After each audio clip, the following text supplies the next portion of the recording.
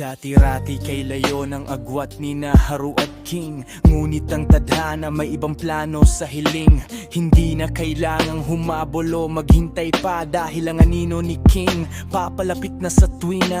Kung dati ay bituin lang ang tanging hinihiling, ngayon ay narito na, si King ay kapiling. Inakap si Haru, pinawi ang lahat ng lumbay. Sa banayad ng ngiti ni King, ang mundo ay muling nagkakulay. Haru, sa init ng bisig ni King at kanyang dibdib, ngayon ay mahimbing, payapa ng bawat liglig. Wala nang lungkot, wala nang masakit na alaala, dahil sa tabi ni Haru si King ay hinding-hindi na mawawala.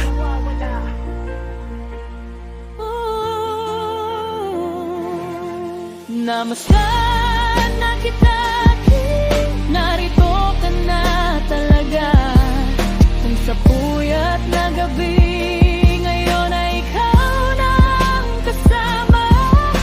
Ramdam na muli ni Haru ang tunay na pag-aalaga.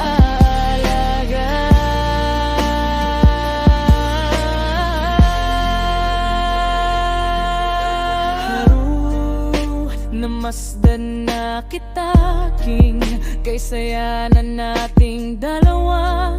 Dahil tapos ng panahon ng lungkot at pagtangis.